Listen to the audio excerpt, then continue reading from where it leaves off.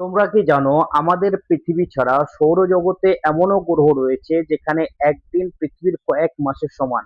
আবার এমনও গ্রহ রয়েছে যেখানে ভয়ঙ্কর ঝড় কখনো থামে না। ক্লাসে আমরা জানবো পৃথিবী সহ সৌরজগতের বিভিন্ন গ্রহ সম্পর্কে। Hello students, welcome to a new class. In this class we will discuss geography chapter পৃথিবী সহ সৌরজগতের বিভিন্ন গ্রহ সম্পর্কে। এই ক্লাসে আমরা জানবো আমাদের পৃথিবী ছাড়া সৌরজগতে আরো অনেকগুলি গ্রহ রয়েছে সেই সব সম্বন্ধে। প্রথমত কি সৌরজগৎ কি? প্রথমে সৌরজগৎ কি? সৌরজগৎ হচ্ছে সূর্য এবং তাকে কেন্দ্র করে ঘুরতে থাকা গ্রহ, উপগ্রহ, ধূমকেতু এই সমস্ত কিছুর মিশ্রণ নিয়ে হচ্ছে সৌরজগৎ। তাহলে সৌরজগৎ মানে হচ্ছে সূর্যকে কেন্দ্র করে সূর্যের চতুর্দিকে ঘুরে যেসব গ্রহ, নক্ষত্র, তারা, উপগ্রহ, ধূমকেতু, উল্কা এই সমস্ত কিছু নিয়ে হচ্ছে সৌরজগৎ। এটাকে বলে সৌরজগৎ। সৌরজগতে মোট গ্রহের সংখ্যা হচ্ছে ৮টি। ১ নম্বরে হচ্ছে বুধ, ২ নম্বরে শুক্র, ৩ নম্বরে পৃথিবী, ৪ নম্বরে মঙ্গল, ৫ নম্বরে বৃহস্পতি, ৬ নম্বরে শনি, ৭ নম্বরে ইউরেনাস, ৮ নম্বরে নেপচুন। তাহলে এখন পর্যন্ত যে তথ্য পাওয়া গেছে সে তথ্য অনুযায়ী সৌরজগতে মোট গ্রহ সংখ্যা হচ্ছে ৮টি। তারপরে গ্রহগুলির সংক্ষিপ্ত পরিচয়। এখন আমরা গ্রহগুলি যে ৮টি গ্রহ রয়েছে এই গ্রহগুলির সংক্ষিপ্ত পরিচয় জেনে নিই। তোমরা মনোযোগ সহকারে শুনো এবং শুনে সেটাকে নোট বানানোর চেষ্টা করো। কারণ শুনে কথা মনে থাকে ঠিক, কিন্তু নোট বানালে প্রয়োজন মতো তুমি নোট থেকে তথ্য বের করে সেটা আয়ত্ত করতে পারো বা পরীক্ষার জন্য রিভিশন করতে পারো। তাহলে ১ নম্বরে হচ্ছে কি বুধ। বুধকে ইংরেজিতে বলে মার্কিউরি। বুধকে ইংরেজিতে বলে মার্কিউরি। এর বৈশিষ্ট্য কি? সূর্যের সবচেয়ে কাছের গ্রহ এবং সৌরজগতের ক্ষুদ্রতম গ্রহ। এখানে দিনের বেলা প্রচন্ড গরম ও রাতে প্রচন্ড ঠান্ডা। এই হচ্ছে বুধ বা মার্কিউরির বৈশিষ্ট্য। তারপরে ২ নম্বর হচ্ছে শুক্র। শুক্রকে ইংরেজিতে বলে ভেনাস। ভেনাসের বৈশিষ্ট্য হচ্ছে পৃথিবীর নিকটতম গ্রহ এবং একে পৃথিবীর যমজ গ্রহ বলে।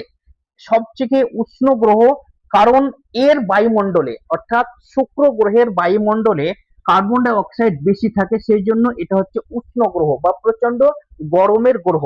তারপরে ৩ নম্বর হচ্ছে পৃথিবী।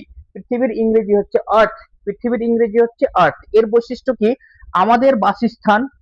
তারপরে হচ্ছে একমাত্র গ্রহ যাতে প্রাণ রয়েছে, জল, বায়ু, উপযুক্ত তাপমাত্রা রয়েছে। পৃথিবীতে জীবের অস্তিত্ব রয়েছে কারণ পৃথিবীতে প্রয়োজন মতো তাপমাত্রা আছে এবং পৃথিবীতে জল রয়েছে এবং বায়ু। এবং আমরা জানি যে একটা জীবকে বাঁচতে গেলে প্রথমত যেটা বেসিক বা প্রাথমিক জিনিস প্রয়োজন সেটা হচ্ছে বাতাস, অক্সিজেনের জন্য এবং জীব বেঁচে থাকার জন্য জল, যেটা পৃথিবীতে রয়েছে। তাই পৃথিবী হচ্ছে এমন একটি গ্রহ সৌরজগতের যার মধ্যে জীবের অস্তিত্ব রয়েছে। তারপরে হচ্ছে কি মঙ্গল। মঙ্গলের ইংরেজি হচ্ছে মার্স। এর বৈশিষ্ট্য কি? একে লাল গ্রহ বলা হয় এবং লৌহ অক্সাইড নামে গ্যাস থাকার কারণে এর রং হচ্ছে লাল। তারপর হচ্ছে বিজ্ঞানীরা এখানে জীবের সম্ভাবনা খুঁজছেন। এখন পর্যন্ত খুঁজে পাননি। বিজ্ঞানীরা গবেষণা করছেন যে এই মঙ্গল গ্রহে বা মার্সে এখনো জীবের অস্তিত্ব আছে কিনা সেটা নিয়ে গবেষণা চলছে। তারপরে হচ্ছে কি বৃহস্পতি। বৃহস্পতিকে ইংরেজিতে বলে জুপিটার। এর বৈশিষ্ট্য কি? সৌরজগতের বৃহত্তম গ্রহ। মানে সৌরজগতে যে ৮টি গ্রহ তার মধ্যে সব থেকে বৃহত্তম বা বড় গ্রহ হচ্ছে এই জুপিটার। তারপর হচ্ছে কি এটি একটি গ্যাসীয় গ্রহ এবং এর অনেক উপগ্রহ রয়েছে। এই গ্রহের অনেক উপগ্রহ রয়েছে। পৃথিবীর উপগ্রহ হচ্ছে একটি, যেমন চাঁদ। তারপরে হচ্ছে কি শনি।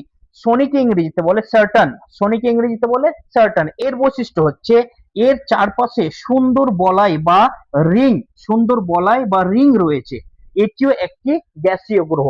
যেমন বৃহস্পতি গ্যাসীয় গ্রহ, ঠিক তেমন শনিও হচ্ছে একটি গ্যাসীয় গ্রহ। তারপরে হচ্ছে ইউরেনাস। ৭ নম্বর হচ্ছে ইউরেনাস। ইউরেনাসের বৈশিষ্ট্য হচ্ছে কি এটি পাশ ফিরে সূর্যের চারিদিকে ঘোরে।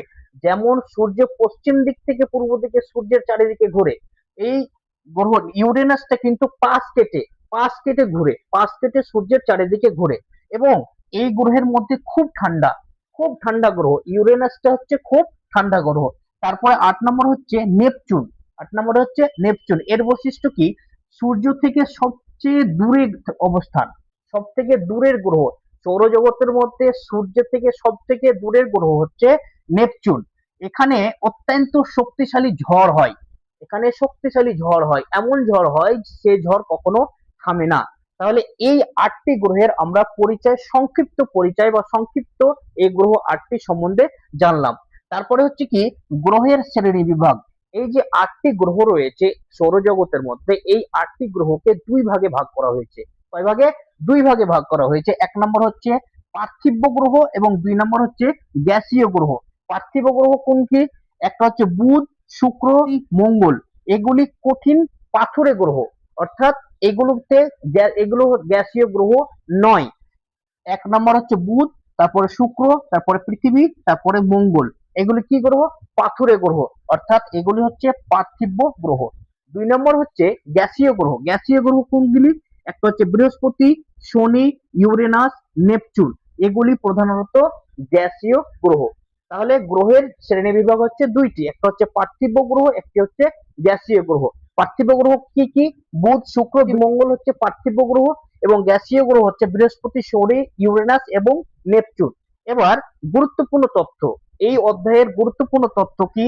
যে পৃথিবী নিজের অক্ষতে বা নিজের অ্যাক্সিস বা নিজের কক্ষপথে সূর্যকে কেন্দ্র করে পশ্চিম দিক থেকে পূর্ব দিকে ঘুরে। তারপরে হচ্ছে কি যে রেভলিউশন বা সূর্যের চারিদিকে ঘুরতে সূর্যকে পরিদক্ষণ করতে পৃথিবীর সময় লাগে 365 দিন।